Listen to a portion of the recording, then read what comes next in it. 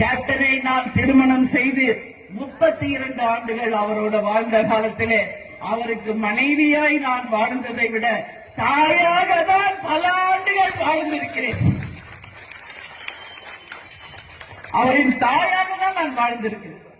விஜய பிரபாகர் சண்முக பாண்டியனுக்கு மட்டும் நான் அம்மால என்னுடைய செல்லா குட்டின்னு நான் சொல்வேன். அவரை என் கேப்டனின் தாயாகவும் நான் வாழ்ந்திருக்கிறேன். கேப்டன் நான் என் செல்ல குட்டின்னு தான் நான் கூப்பிடுவேன் வீட்டுல. இன்னைக்கு உங்க முன்னாடி நான் சொல்றேன். மேபி வெறும் கணவரை நான் அவர் பார்த்திருந்தா எல்லாரும் மணி நான் ஈஸியா இருந்திருக்கிறேன்.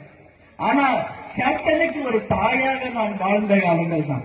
அவர் உடம்பு முடியாம போனப்ப மட்டும் கிடையாது, அவர் நல்லா இருந்த பொழுது அவர் அந்த அன்புக்காக ஏங்குகிறார், அவருடைய அம்மா பாசம் இல்லாமல் ஏங்குகிறார் என்பதை நான் உணர்ந்து கொண்டதனால் ஒரு தாயாக தான் கேப்டனோடு வாழ்ந்திருக்கிறேன். உங்க எல்லாருக்கும் தெரியும் கேப்டன் எந்த அளவு கடுமையாக உழைக்கக்கூடியவர் என்பது என் தாய் குலங்களுக்கு தெரியும். காலையில 9 மணிக்கு வீட்டை விட்டு கிளம்பினா மிட் நைட் தான் வருவார், நடுராத்திரி தான் ஷூட்டிங் முடிச்சு வருவார். ஏன்னா ராத்திரி பகல் உழைத்தவர். ஒரு வருடத்திலே 14 படம் 15 படம் ரிலீஸ் பண்ணணும்னா எந்த அளவு அவர் கடுமையாக உழைச்சிருப்பார் என்பதை நீங்களே பார்த்துக்கணும். அப்ப மாசத்துக்கு 2 படம், அப்ப எந்த அளவு அவர் உழைப்பை போட்டிருப்பார் என்பதை சிந்திச்சு பாருங்க. நாங்க வாழ்ந்தது 32 வருஷம். ஆனா என்னுடன் அதிகமா இருந்ததை விட ஷூட்டிங்ல தான் கேப்டன் அதிகமா இருந்திருக்க. அந்த அளவு ஒரு கடுமையான உழைப்பாளி.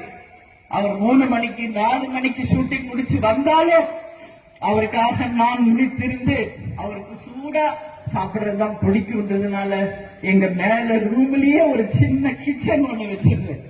முழித்திருந்து அவருக்கு மிகவும் பிடித்தது தோசை. அந்த நேரத்திலே அது 3 மணியா 4 மணியா இல்ல எனக்கு முக்கியம் இல்லை, எனக்கு என் கணவர் முக்கியம். அதனால அந்த நேரத்தில் சூடாக அவருக்கு வேண்டிய உணவை அவருக்கு உணவளித்து அவருக்கு நான் தான் சாப்பாடே ஊட்டி விடுவேன். உங்ககிட்ட சொல்றதுக்கு என்ன இருக்கு? ஒரு அம்மாவா டெய்லி அவருக்கு சாப்பாடு நான் தான் ஊட்டி விடுவேன். நான் ஊட்டி விட்டா கேப்டன் சாப்பிடுவேன். இதான் உண்மை. ஏன்னா எங்களுக்குள்ள நடப்பது உங்களுக்கு யாருக்குமே தெரியாது இல்லையா? ஆனாலும் இப்ப கேப்டன் இல்ல, என் தாய் குலங்கள் கிட்ட நான் பகிர்ந்துக்கிறேன்.